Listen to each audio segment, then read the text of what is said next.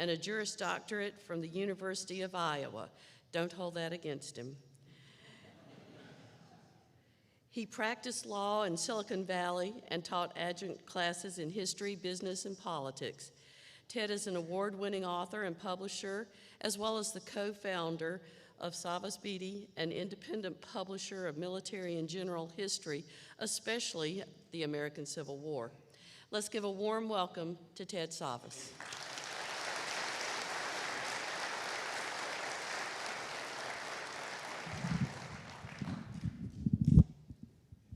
Well, thanks very much. It is a pleasure to be here. Thank you very much for that introduction, Ann. She stole my joke about being a lawyer and not holding that against me. I was in California for 35 years, and my wife and I moved to Myrtle Beach. I think it was this past April, and I was a thinner man then. And my wife decided she wanted to start cooking low-country food and all this and that, and grits and shrimp and cheese. And so I told her just this morning when I was having a problem putting these pants on that nobody's going to think I'm a Confederate soldier because I'm definitely on full rations. So what we're going to do tonight, we are going to have a conversation. I like to fly without a net, so we're not going to read anything. We're just going to have a conversation tonight. And what I'm going to do is I'm going to introduce you to somebody I've been studying for about 30 years now, George Washington Rains. Most of you have probably never heard of him. He was the guy responsible for producing all the gunpowder for the Confederacy. And I know some of you are thinking, gunpowder, that can't be very exciting. We're going to make it exciting tonight, I guarantee you. We're going to talk about several things you've never heard of. I can guarantee you that. We're going to talk about the way the war was waged from a different perspective. We're going to keep it light and general and hopefully interesting. And I'm really looking forward to showing you what some of my research has produced. So let me introduce you to George Rains just for a second. Quite a fascinating guy. So he was born just not too far from here in New Bern, North Carolina. He graduated West Point in 1842. That was quite a famous class. A lot of famous generals graduated in that class. And he ended up going into garrison duty as an engineer because he graduated near the top of his class, third. But he didn't like it. He found it boring. And he wanted to get his hands dirty. He wanted to go out and do something else. So he took a voluntary demotion into the artillery. And in doing so, he came across Winfield Scott, the general, and they became friends that early in his career.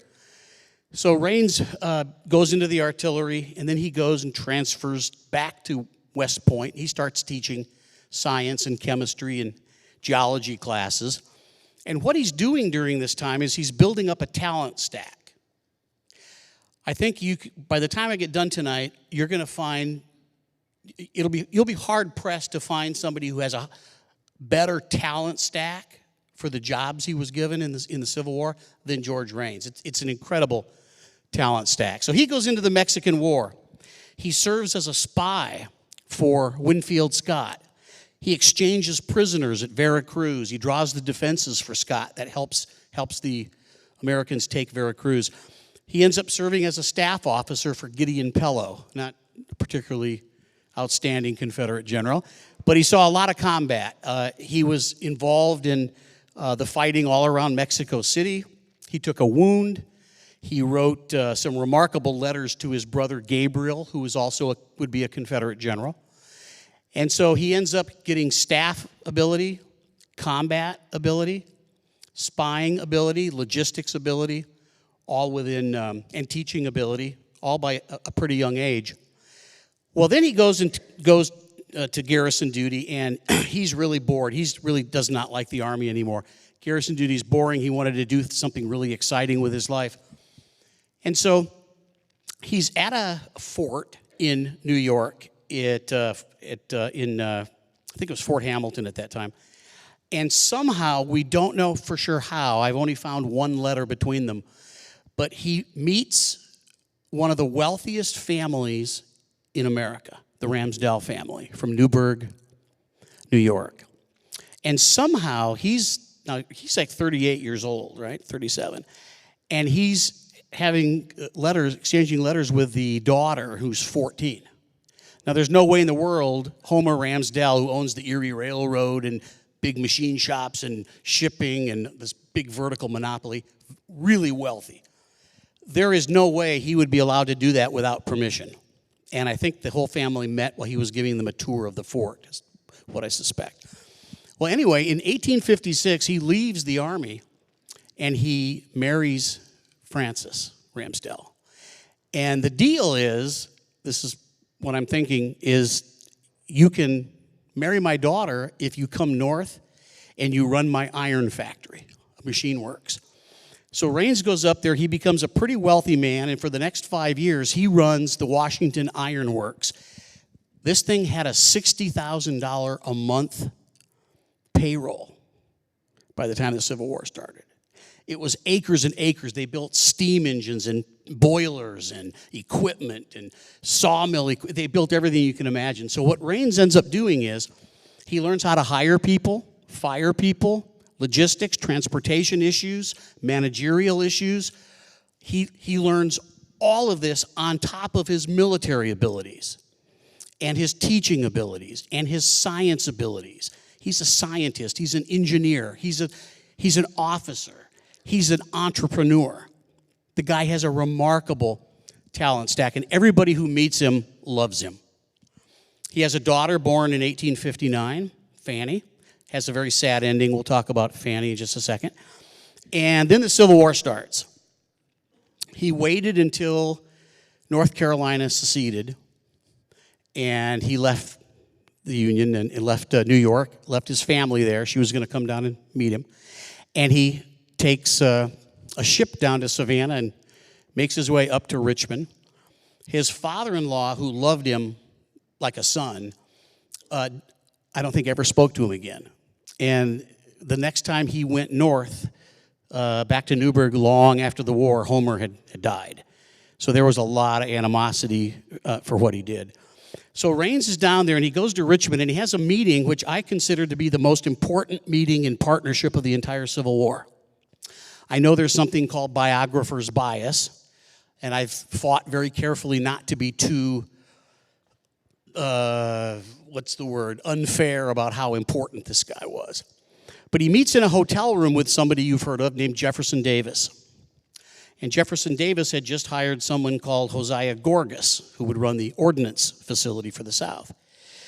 The South was going to start the Civil War without the ability to manufacture zero, not a pound, of military-grade gunpowder. There were some small blasting facilities, and they had captured what you think is quite a bit of gunpowder and munitions in the arsenals and the forts that fell in Norfolk. But when you break it all down and they analyzed it and they prepared the numbers, they realized they didn't have enough to arm much of anything. And by the beginning of the Civil War, and I'm talking after Fort Sumter, they had enough to fight maybe 1.5, 2 big campaigns, and that's it, battles, that's it. And they couldn't produce any because all they were producing was blasting powder and some pistol powder. So Davis and Raines meet. I think they exchanged letters and had an idea of what he was going to do because Raines wouldn't have wanted, he didn't want a direct combat command. He wanted something special, and this was something special. Davis arranged for him and gave him carte blanche, which Raines demanded, that he would build a central powder mill somewhere in the South, and he got to choose where. And he would design it. There was no cost structure set to it. Do what you need to do. Build it where you need to build it. Hire who you need to hire. But as soon as you can, make sure we can make enough gunpowder to fight everything west of the Mississippi, including all the forts. Now imagine if that's your responsibility. You don't just make gunpowder overnight. It's a very complex chemical process. We're not going to get into it tonight, but what you need to know, and I want you to keep this in mind as we talk tonight, gunpowder is not gunpowder is not gunpowder. And as I'm going through this and reading this and studying this, I realize that the vast majority of historians and writers have no clue about how you just don't make gunpowder overnight, and just making gunpowder doesn't mean you have gunpowder for everything. What do I mean by that? You need a different size gunpowder for pistols than you need for a musket. You need a different kind of gunpowder for artillery than you do for rifled muskets. You need a different kind of gunpowder for the seacoast guns, size grains. It's a very complex process. The Confederacy would have to not only make all that powder, but they would have to then take that powder and ship it to where it needed to go. And remember, the regiments, the brigades, the divisions were armed all kinds of different ways, from shotguns to pistols to flintlocks to how in the world are you going to get enough of the right gunpowder to the place you need to have it to fight the battle that happens. I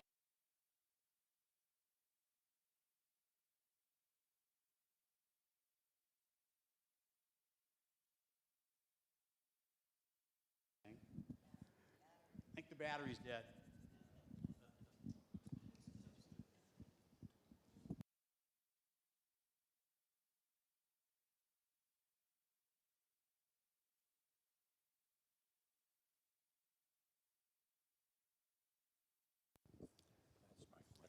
Check 1, 2. There we go. I played in rock bands all my life. In fact, I've got a gig this weekend in California, and we've opened for guys from Black Sabbath and Def Leppard and Judas Priest, and we have a lot of fun. And I've had amplifiers explode. I've had people run up on stage and tip stuff over. I've been pulled. So this is nothing. All right. So Davis gives him permission. And by the way, I want my 2 minutes back. Davis gave him permission to go do this. So Rains heads to Tennessee. Rains conducts what he calls his rapid rail tour of the South. I think he had an idea where he wanted to put the gunpowder factory. He ended up putting it in Augusta. But he went around and he toured a bunch of sites. But the first place he went was Tennessee. Why did he go to Tennessee? He went to Tennessee because there was a small gunpowder mill there about 22 miles outside Nashville called the Sycamore Powder Mill. Barely made anything. They're mortar and pestle, blasting. It was just not a great place. But Rains was going to take it and build it out and add equipment and expand it because it would take the better part of a year to build the Augusta plant. So somewhere they had to get gunpowder. They would import some, which tended to be lower quality because it was wet and damaged and they had problems with it. And you can't rely on that. So he was going to make the Sycamore Mill sort of the prime place to make gunpowder. It's 22 miles north and west of Nashville. Can I get the next slide, please?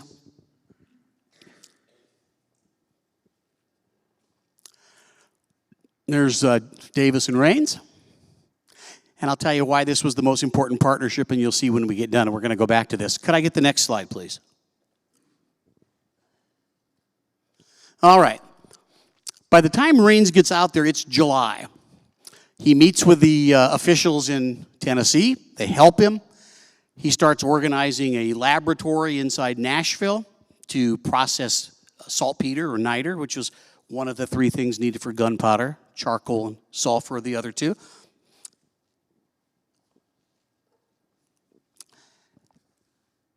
This is Nashville. This is the Sycamore Powder Mill. They would open up the Manchester Mill probably 3 months later, so it's the fall, but it's still not making powder until November. The Sycamore Mill was only making a couple 100 pounds. By the end of '61, it's making maybe 700 or 800 pounds a day, which is almost nothing.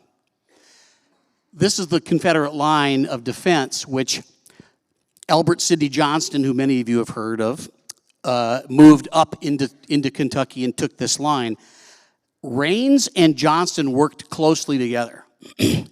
I found a 29-page memorandum that nobody's, I don't think, has seen or used, that Rains wrote. I don't know how long it was because it cuts off mid-sentence, which is really irritating. And it's a very personal, opinionated account of what he did during the war, why he did it, who he worked with, what they thought about. And it had some of the most stunning statements in there. I couldn't believe what I was reading. But I knew he's a trustworthy guy. He's a professional guy. I think he wrote it in March of '65, is my best guess for when it was written. It was written toward the end of the war. And according to Rains, he and Johnston were working here, and the line that they pushed up into Kentucky from Mill Springs area up here, all the way across Bowling Green down here to Columbus, Ohio, to Columbus, Kentucky on the river, that line was a bluff. It was a bluff.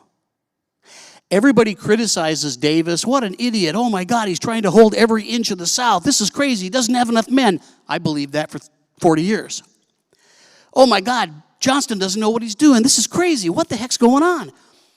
Well, if you read Raines, and he starts talking about we don't have gunpowder to fight a large skirmish, what are we going to do? Well, what they're going to do is they're going to bluff and hold everything, because that's going to make the North believe that they're stronger than they are. Why? Because they're buying time to make the Augusta Powder Works. Hold that thought, because I'm going to come back to it, and then I'm going to prove it to you, because I've got words out of Davis's mouth nobody's used, which is crazy. All right, so Raines goes down to Nashville. He goes down to Chattanooga. He looks around Chattanooga. He says, nah, this isn't really where we want to build it. There was really one other place, I think, other than Augusta, he was pretty sure he wanted to put it, and that was Atlanta. And I've got some letters and telegrams from him from Atlanta. And he says, you know, it's really not exactly the right place for this mill, because this mill is going to be huge. He goes to Augusta. He goes along the old Augusta Canal. It's on the land of the old U.S. Arsenal.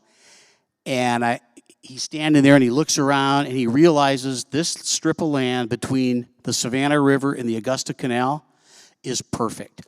You've got to have the right weather. It can't freeze for long, because you can't heat it. You can't light matches inside or run torches or heaters. You need workmen. You need railroads. You need water power. You need rivers to be able to ship this stuff out. It's also got to be far enough inside the Confederacy that it's not open to capture. We're going to get back to that bluff here, because the capture part of the bluff is something most historians aren't picking up on. When I say that, I don't say that to castigate stones at other writers or historians. There's no reason for them to ever looked for this. I was studying this guy for 30 years, and I never saw it and looked for it. When I found Raines's memorandum, it started striking strange things inside my head, like, oh, this can't be true. Is he talking about this? Is he talking about this? So I started looking specifically for gunpowder issues.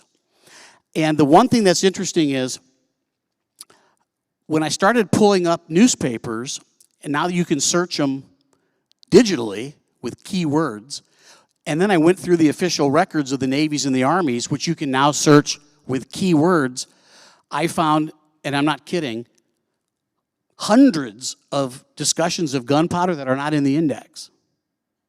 So nobody would have ever seen them. Why would they see them? And once I started looking for shortages of gunpowder and the bluff strategy, I started finding it. And once I started finding it, it's like if you go to a movie theater, you look at the screen, and you put a straw to your eye, and you put earmuffs on your ear, and you look through that straw, what do you see? You see a splotch of red. You don't know what the movie is. You move it over there, it's a splotch of blue. You don't know what the movie is. But when you start putting all the pieces together, and I'm going to unfold that for you tonight, you start stepping back and you go, oh my God, look at what's happening here. It's an entirely different movie than you've been reading or thinking about, or a different book than you've been reading. It's strikingly different, and I hope you find it as exciting as I do. Next slide, please. This is an immediate post-war shot of the Augusta Powder Works, but the Augusta Powder Works stretched for 2 miles. Yeah, I see some of your eyebrows go up. Yeah, 2 miles. This is the refinery building which they refined some of the gunpowder in. This was the laboratory, which was sort of the redheaded stepchild. It was a mistake. They needed it later, and there was nowhere else to squeeze it. And there's only like 14 feet between these buildings, and if one of those exploded, they were taking a real calculated risk. But the mill ran this way for 2 miles. And they separated a lot of the buildings, 500 yards between the press house and another 800 yards between this magazine. And some of them were on the other side of the Augusta Canal, which is here. But it was a gigantic complex. They started building it in September of 61, and it didn't make any gunpowder until about the middle of April, so after Shiloh in 1862. Okay, so keep that in your head. All right, and oh, by the way, if you look there, you can see the flagpole right there. All right, next slide, please. All right. Now we're going to start talking about this bluff strategy. The Confederacy, I have literally scores of letters and telegrams and missives and writings from the high command in Richmond, Davis, his secretaries of war, generals, the Ordnance Department, to Raines, and to all the other generals and colonels and line officers in these various places we're going to talk about, and they're all saying the same thing. We don't have enough gunpowder to fight anywhere. So we're going to hold it in central places. They held it in Northern Virginia. They held some of it in North Carolina. They started building a mill in North Carolina, too. It lasted for a while, then it exploded. Those Tar Heels, they you know.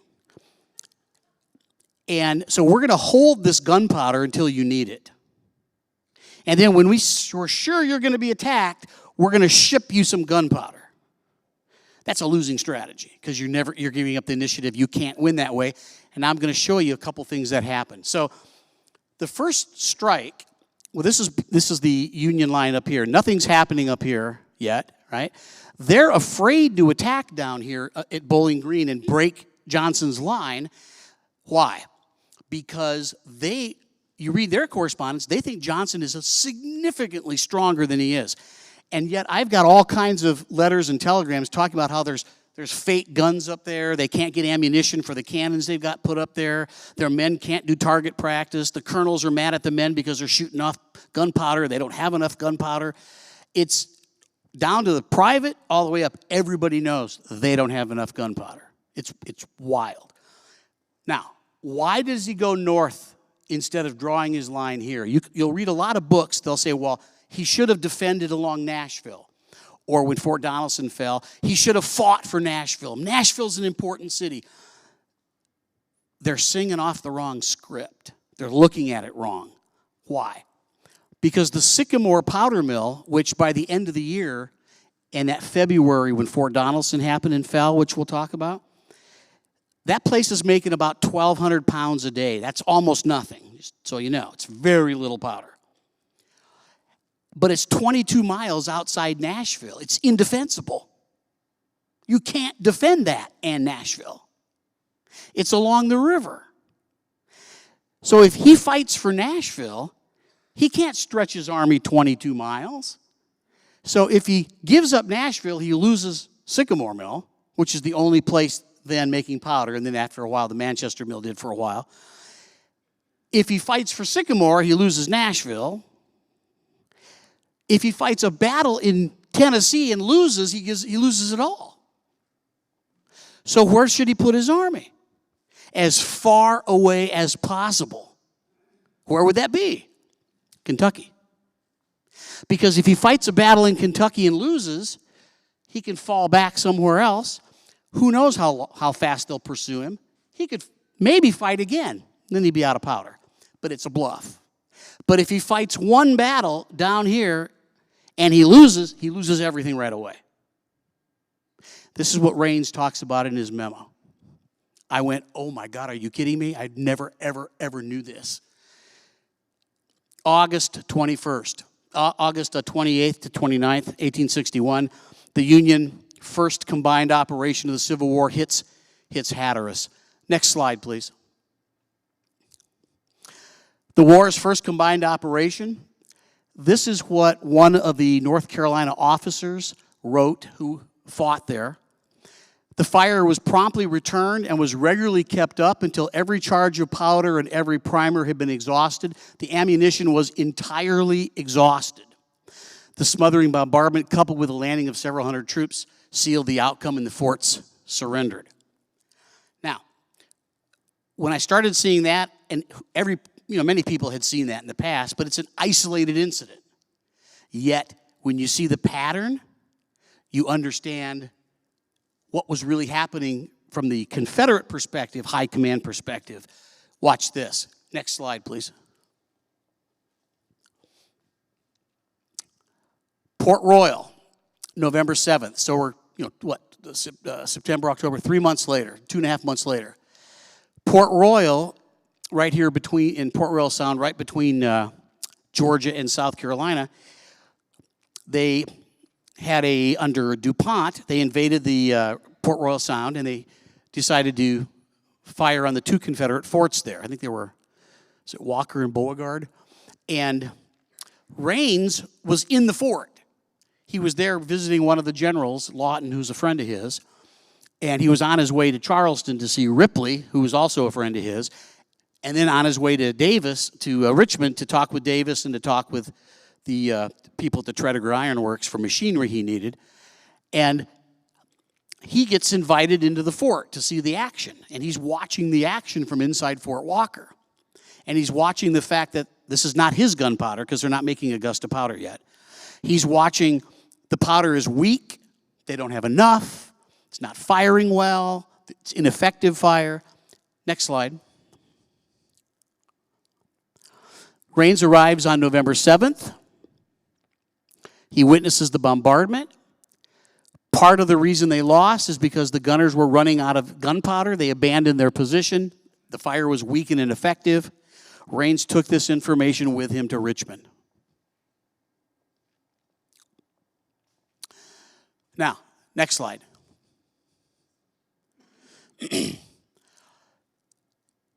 There are 2 mills being built down in New Orleans, 2 gunpowder mills. Mansfield Lovell held New Orleans. Mansfield Lovell, who was actually a pretty darn good general and did a good job in New Orleans, he was framed by the Davis administration and held to be the scapegoat when New Orleans fell. And the court-martial is fascinating reading. Mansfield Lovell goes to take the job down there in New Orleans, and he has a meeting with Judah Benjamin and Davis, the Secretary of War and President. And here's what they tell him. I'm going to act it out a little bit, but this is what they tell him. Listen, don't be like the other guy there, Twiggs, General Twiggs, I have to watch my language because we have lots of ladies in the crowd, who was always complaining about things. We know you don't have enough gunpowder. We know you can't fight a major battle down there. We understand that, but we don't need to hear it from you. So when you go down there and take over, do the best you can. We're going to help you as much as you can. Get those gunpowder factories up, but I don't want to hear that you don't have gunpowder to fight. We already know. Mansfield Lovell goes down there. He promises, that was part of the deal. All right, I'll leave you alone. Let me go down there and do my job. He goes down there, and the next day he writes like a 6-page letter. What the heck? Are you kidding me? I can't even fire my artillery down here. This is insane. They tell him, shut up, don't put those things in the writing. True. Bragg writes a letter from Pensacola to the War Department and puts in there and talks about he can't return fire to the enemy. And he says, in writing, Bragg, I probably shouldn't be putting in writing the fact that we don't have enough ammunition, but I need to bring this to your attention. So Mansfield Lovell builds 2 powder mills. One of them explodes at the end of the year. They were decent mills. Rains went down there and a couple of times, met with his buddy, talked to him, tried to help him make powder better, make better powder. And the War Department was using the powder he was making in New Orleans to ship to North Carolina and South Carolina. So they were using as a central reserve from New Orleans. But it's not centrally located, and it's not much of a reserve. And Lovell's going, I can't even defend the city. It's one of the most important cities in the Confederacy, and you have me sending powder over here? Are you kidding? They said, just shut up and send it. And he did. Rains, meanwhile, is going back and forth, Richmond, Charleston, Savannah, Wilmington, Augusta, up here, down here. He put more miles on. If he had frequent flyer miles, man, that guy would have been set, because I don't think there's anybody in the Confederacy who traveled on the trains more than he did, and I really mean that. He put on thousands and thousands of miles. I'm putting together his itinerary. It's crazy. He practically lived on the cars, and he talks about it a lot. So it's November. He's still building the powder works here. They're still trying to get powder here. He's trying to put in the right equipment to build it up, and off he goes. Not going very well. Next slide. Roanoke Island, Virginia. Henry Wise is ordered to defend Roanoke, and Henry Wise, there's so much information in the official records on this. He was pleading for weeks and weeks and weeks. I can't defend it. I don't have ammunition. I don't have powder. I don't have enough men. What do you want me to do? This is a direct quote from the Secretary of War. Read that. Our supply of cannon powder is very limited. This is from the Secretary of War. At the first indication, however, of an attack on Roanoke Island, a supply will be sent to you. With the number of batteries now requiring supply, he means all over the South, we have a very small reserve, but we can only send part to the point that will actually be attacked. I am in daily hope of the receipt of a handsome importation of powder from abroad. Well, they did get some, but by the time they disperse it, there's not enough to do anything. So Roanoke falls. They have a small fleet. They call the Mosquito Fleet, Confederate fleet. And that had to retire up the river, Elizabeth, I believe, and it couldn't fight because it didn't have any ammunition. And if you read the reports of the commanders, they say we had to surrender the fleet because we didn't have any ammunition. Who's heard this? If you knew this, put it together with all the other things, and then go inland and look at what's going on, and you say, this is a different way of looking at 1861. Next slide. Oh, let me tell you this real quick. Actually, I'm going to find a way to work it into a question. All right. Then the big show starts. Henry Donaldson.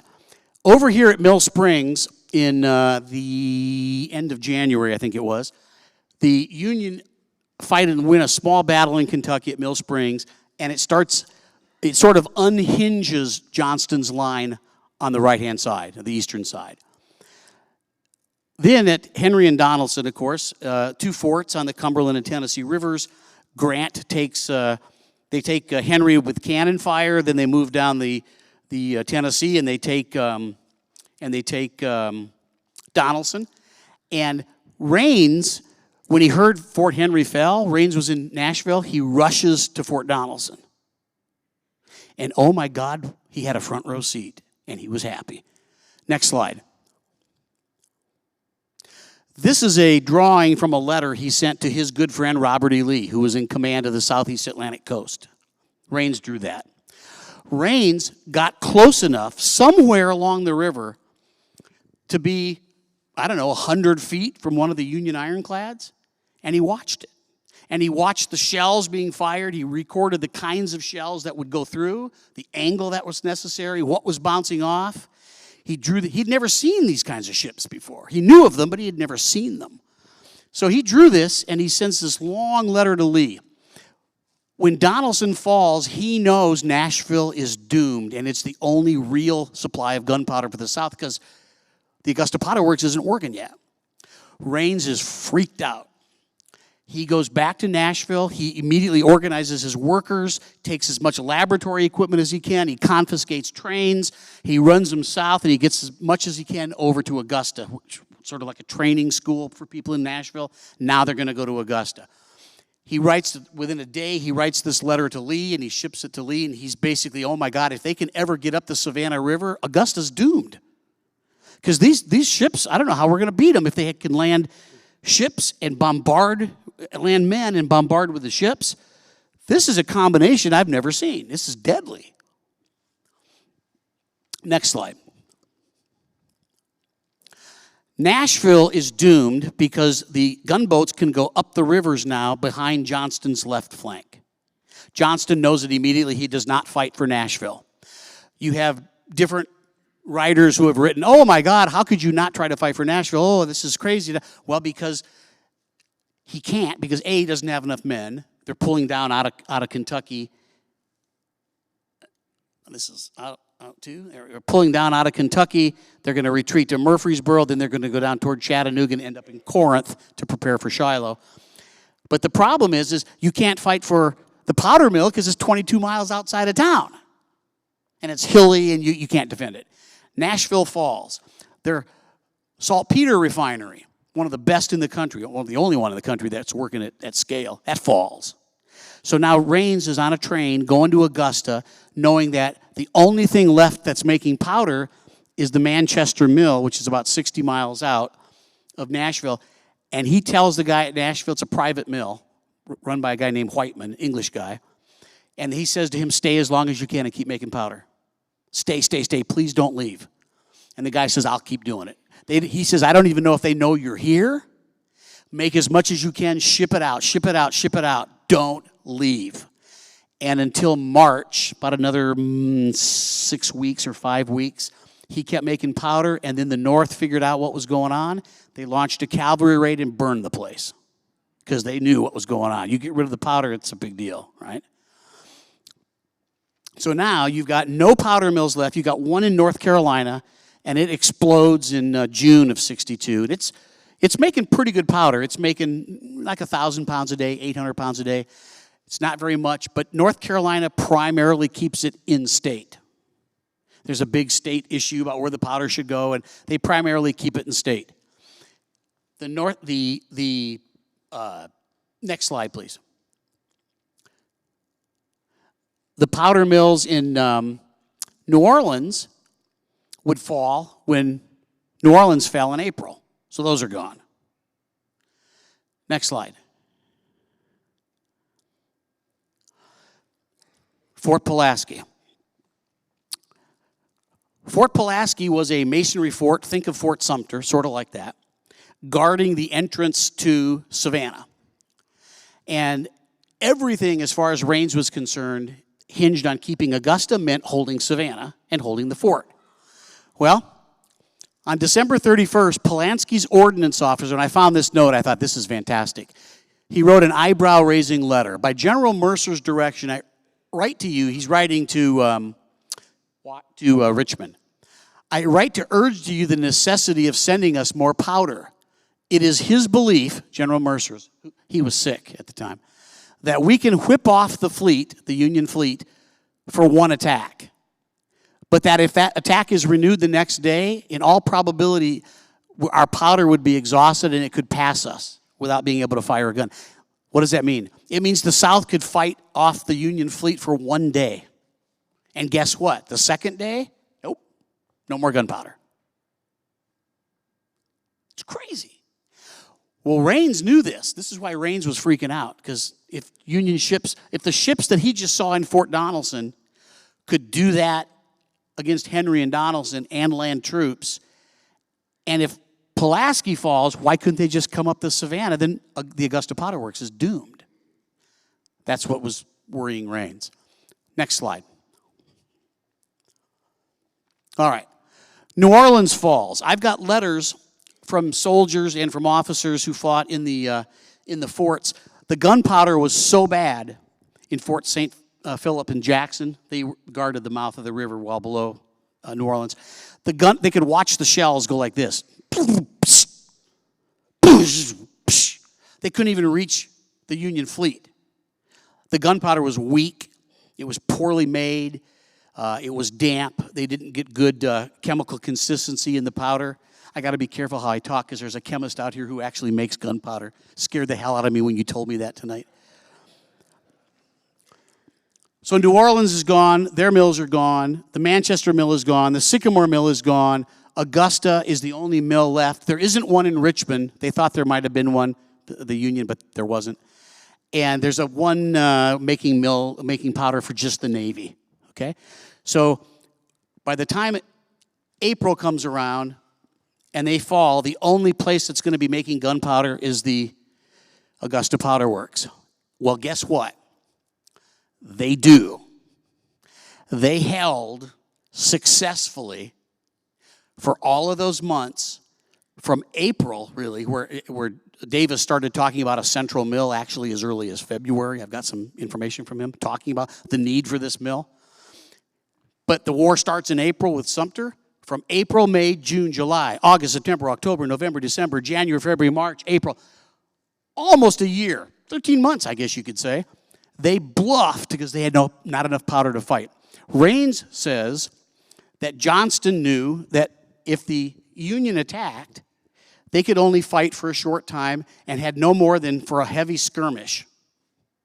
They had enough to fight in northern Virginia, first Bull Run and Manassas, you've heard about that. There's a reason they couldn't go too much further, because if they had fought another Manassas, they'd be out of powder. Here's what's wild. At the beginning of the war, the Confederate Congress, after Fort Sumter opens and Lincoln calls for troops, Fort Sumter falls and Lincoln calls for troops, the Confederate Congress goes, do we have any gunpowder? Can we make it? The Secretary of War writes back, well, we're going to investigate that. But I think there's a mill in like South Carolina, and it's making good powder. It was worthless powder. Raines called it a criminal operation, and it ended up exploding. And I think there's one in Tennessee, the Sycamore Mill, and they're going to get up to speed. And I think that's all we have. Well, how much did we capture in the arsenals, in the forts? Well, Gorgas puts together all that information and sends this giant accounting to Congress. And he says, we've got this much powder.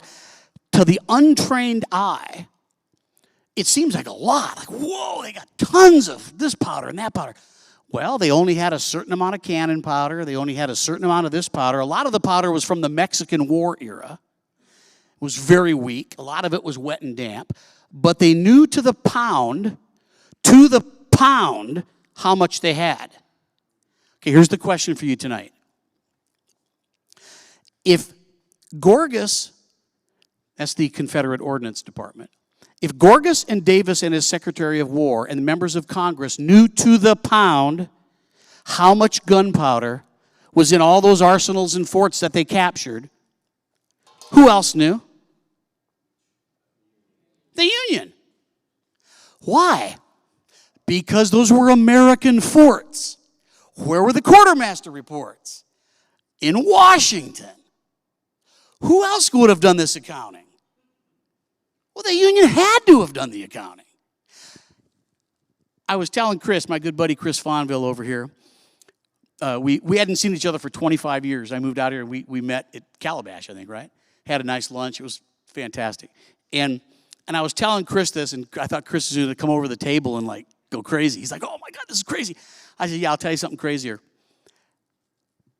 Before Fort Sumter and then after Fort Sumter, there were two gigantic pushes of editorials in every paper from Sacramento to Washington, D.C. Do you know what they discussed? How can the South fight the Civil War when all the gunpowder is made in the North? It's in the newspapers.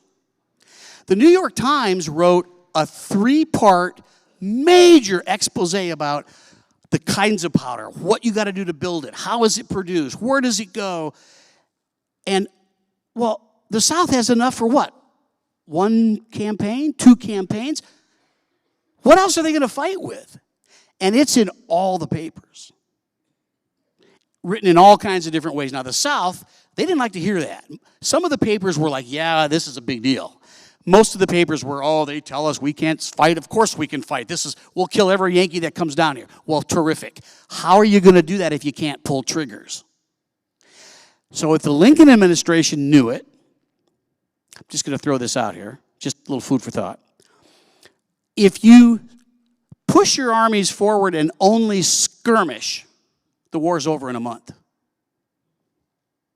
If you push your army out to the plains of Manassas, get your behind kicked, like McDowell did, pull the army back, reorganize, go out a week later, fight again, even if you lose again, you might have to do it one more time and the war's over.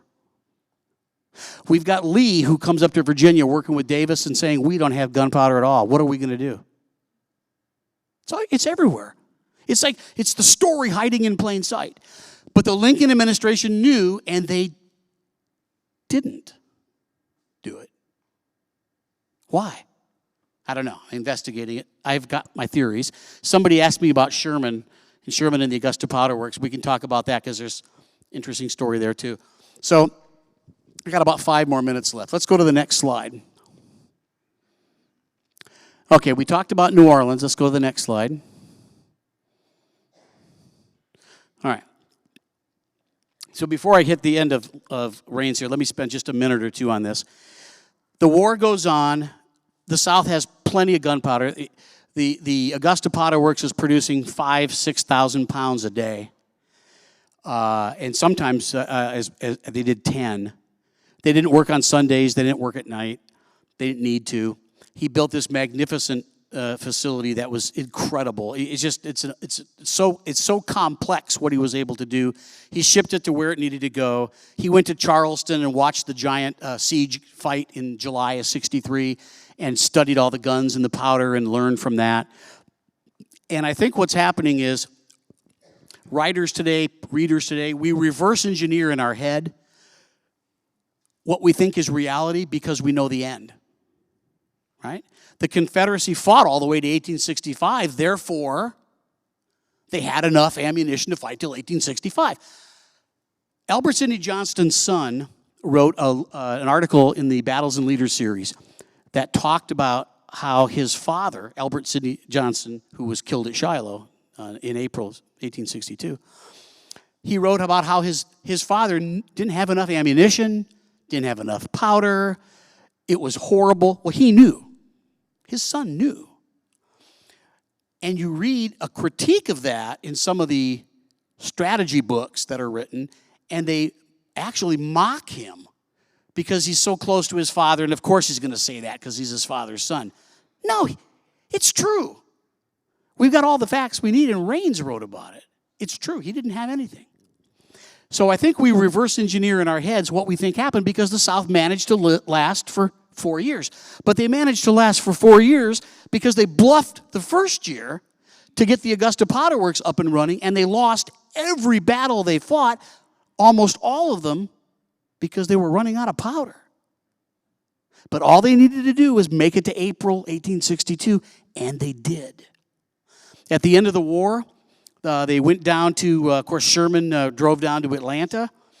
And from May, when he opened the campaign, until February of 1865, when he moved into the Carolinas, he could have destroyed the powder works at any time.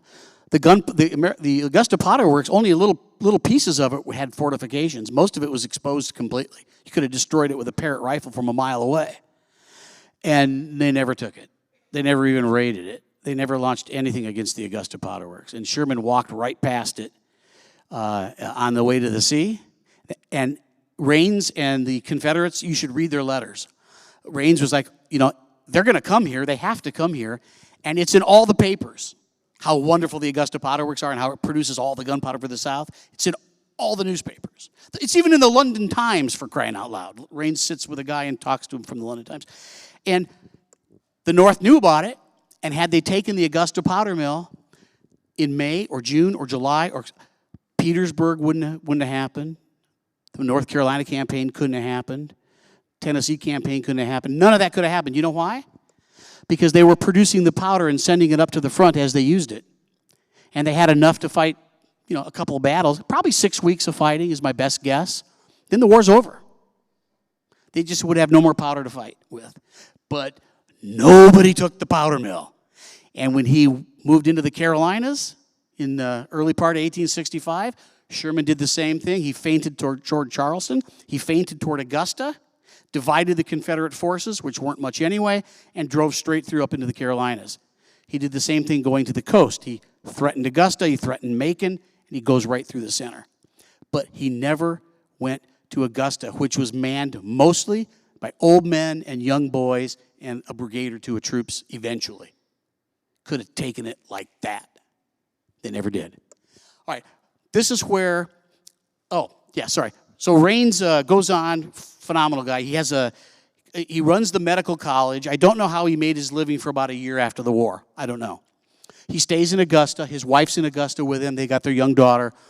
He starts teaching at the Augusta Medical College. He feels bad because he doesn't have a medical degree. And he's taking a place of a really prominent MD. And so they confer a medical degree on him, so he feels better.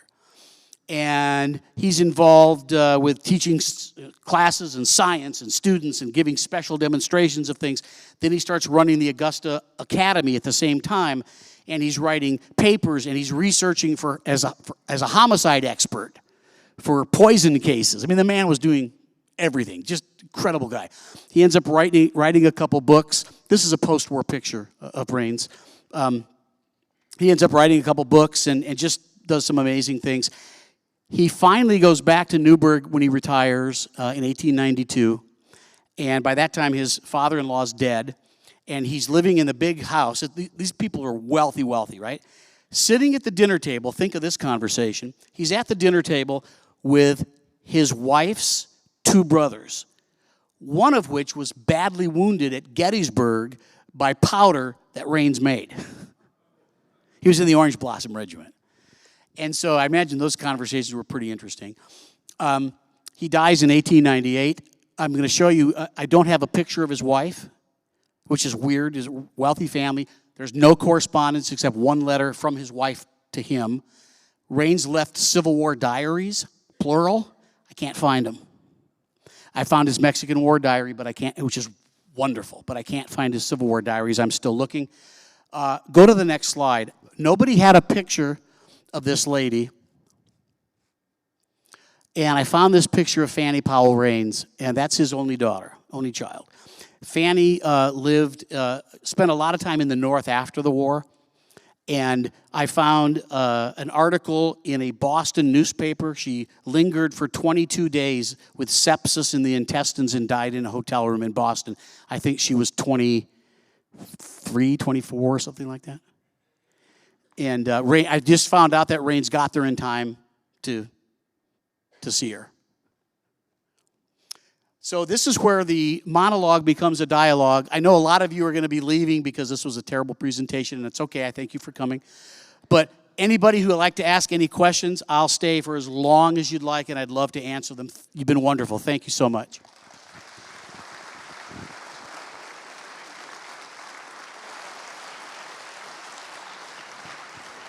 You want to take this one? That one doesn't have a battery. That's what. Check. Oh, it's on now. Here we go.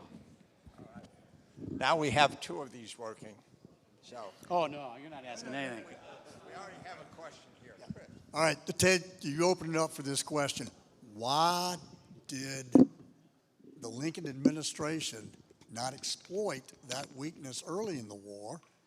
Why didn't Sherman go after the arsenal after taking Atlanta and then moving towards Savannah?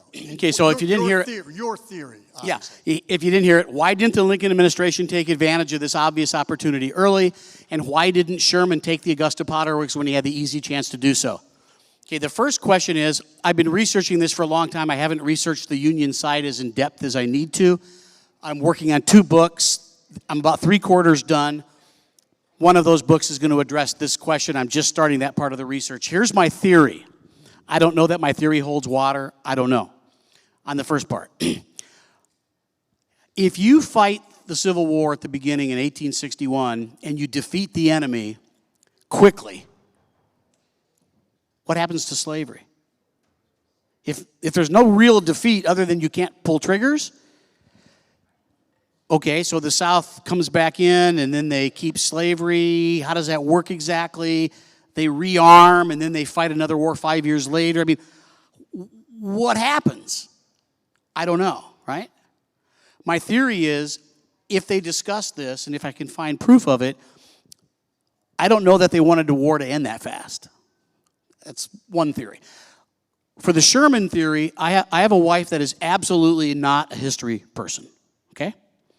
And she hears me complaining when I'm working and writing, and I was complaining about why in the world didn't Sherman take Augusta. She says something to me, and she thought outside the box. And I've written articles saying this is the worst strategic mistake of the war by not taking Augusta. And she says to me, this Sherman guy, he's that redhead crazy guy? I said, yeah. She said, well, he's a good general, yeah. And he's at the top of his game, right, by 1864? Yeah. So he's leading all kinds of men. He's a trained soldier, right? Yeah. She says, well, duh.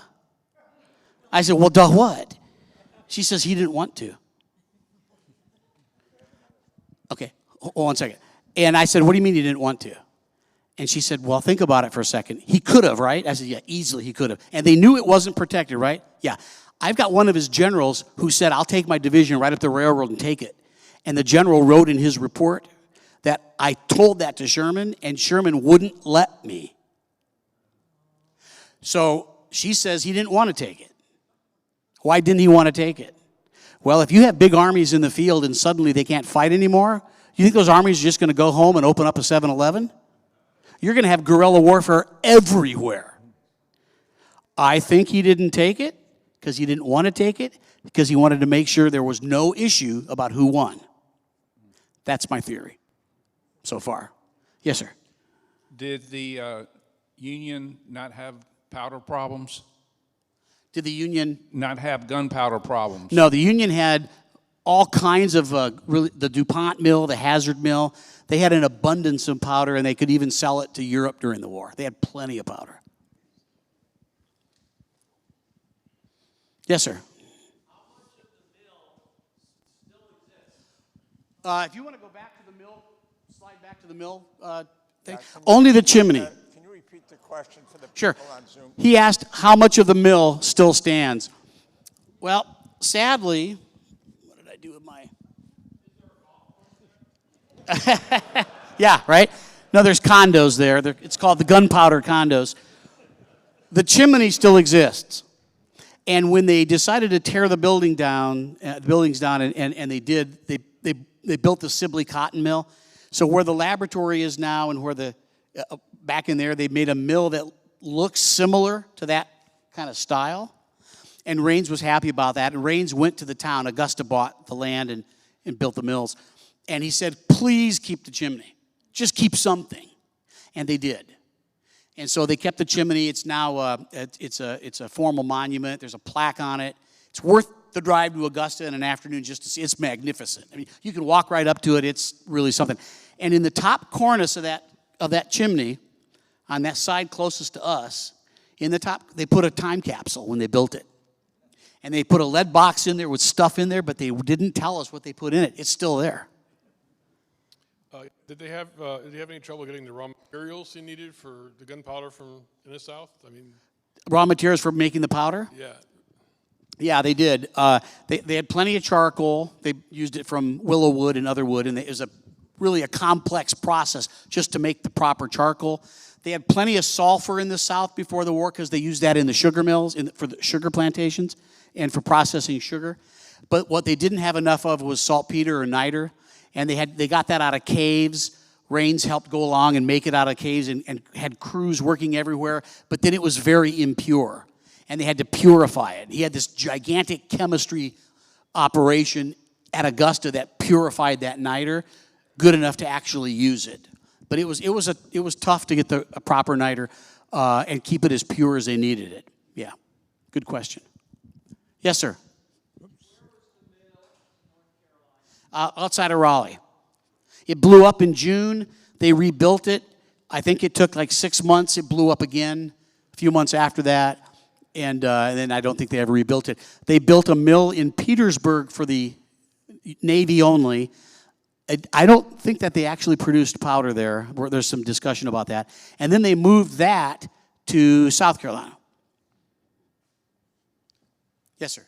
At our very first ever lecture, the topic was Gettysburg as an artillery battle, and the lecturer talked about the fact that in Pickett's charge, they could not advance under artillery cover because of the unreliability of the gunpowder.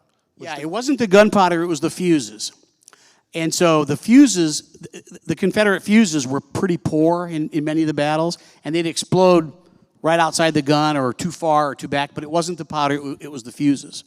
After the war, when they captured the Augusta Powder Works, they took tons and tons of powder, and they took it up north and they tested it, and they stored some at Fort Monroe and other places, and they deemed it to be some of the best powder they'd ever seen in the world.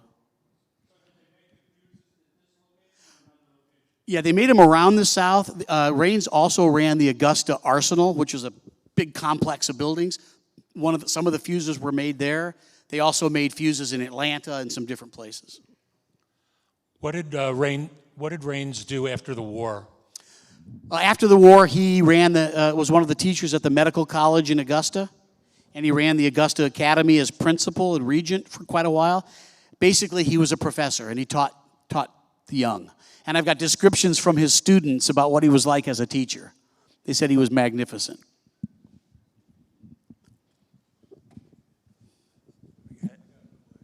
Okay.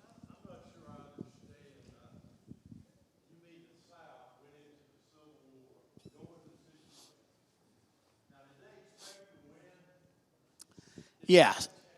Well, yeah. Great. It's a great question. Let me parse that apart just for a second. I don't think the politicians that pushed the South into the war had no idea that they didn't have the resources to fight it. Okay, they just didn't. They thought they did, and they didn't. They knew that they were capturing the arsenals, and they figured that was a lot, but they really didn't think there was going to be a war of any real consequence. And when Lincoln calls up 75,000 men after Fort Sumter, they had that, oh my God moment, and then it was, do we have the ability to fight the war? And the answer was, not really. No.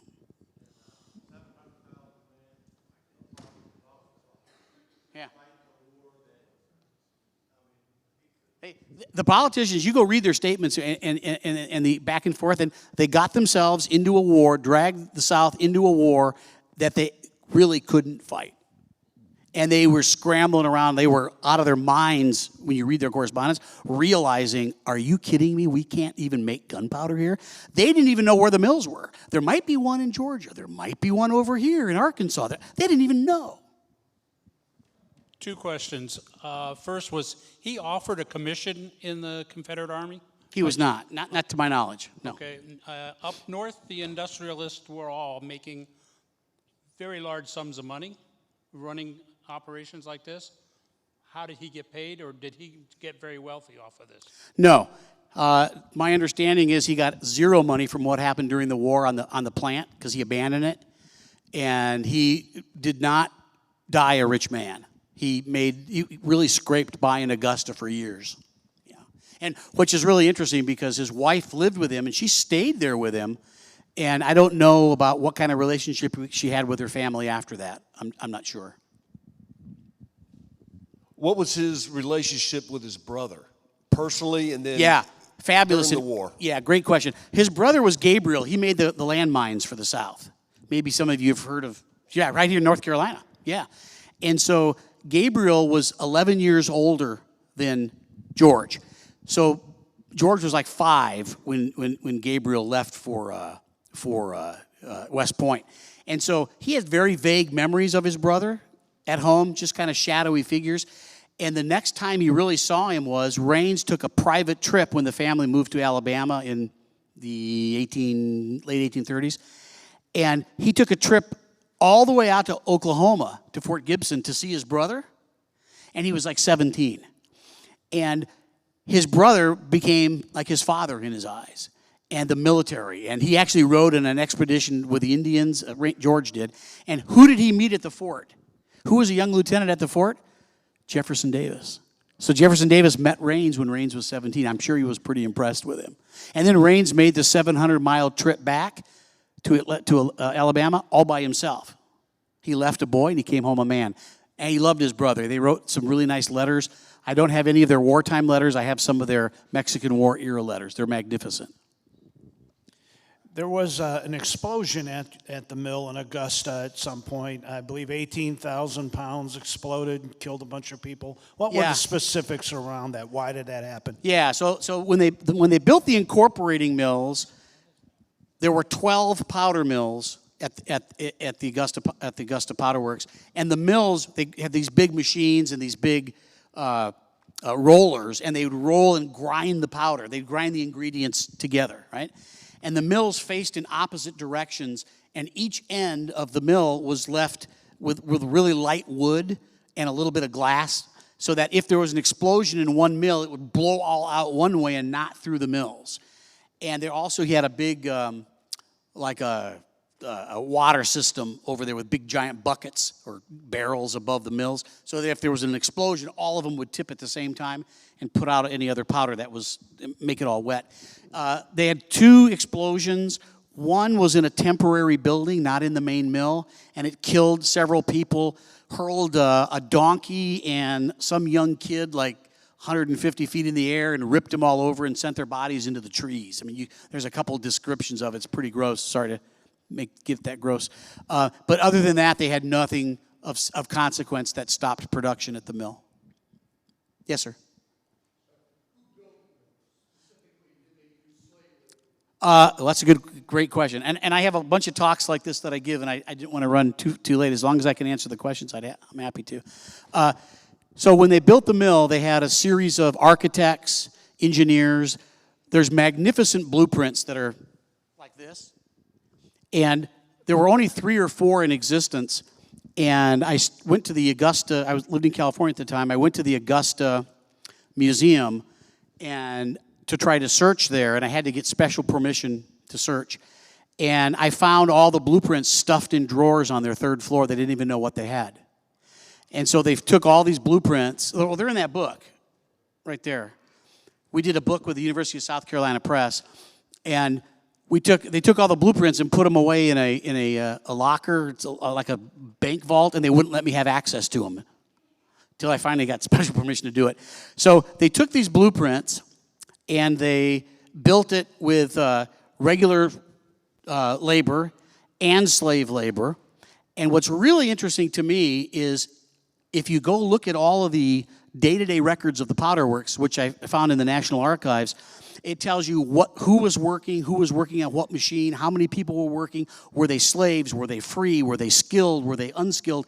And you've got these records for every day, except for a couple months. You got them almost every day. What's really interesting is as the war went on, the black labor became more skilled, and they were pulling the whites away to go fight. Raines was furious about this, right? He was constantly fighting fighting Richmond about that. And so you had, say, the last year of the war, you've got a lot of skilled black labor making gunpowder. So last year I was at the DuPont Mills up in Delaware. Last year I was at the DuPont Mills up in Delaware, and just was curious, were those mills predated, I guess, Raines? Yeah, they were there. Did he learn from those? Did he work at those? No. Where did he learn this? That's a wonderful question. So Raines had never made powder in his life, right? And he came across a pamphlet, a detailed pamphlet from the Waltham Abbey gunpowder mill in England. And it described the processes of making gunpowder. And there were a couple books he got a hold. Literally, this guy's got a lantern, he's reading books trying to figure out how to make gunpowder. But he was a chemist, he figured it out. His problem was they didn't describe the machinery he needed to make the mills, to make the gunpowder. It is a complicated process. You make the ingredients, you refine it in the refinery building up there, then you pass it over here, and you grind it over here, and you press it here, and you mill it here, and you glaze it here, and you blow it dry here, and it's a complex process. He had to make all of those machines from scratch and test them, and he did. Ted? Yes, sir.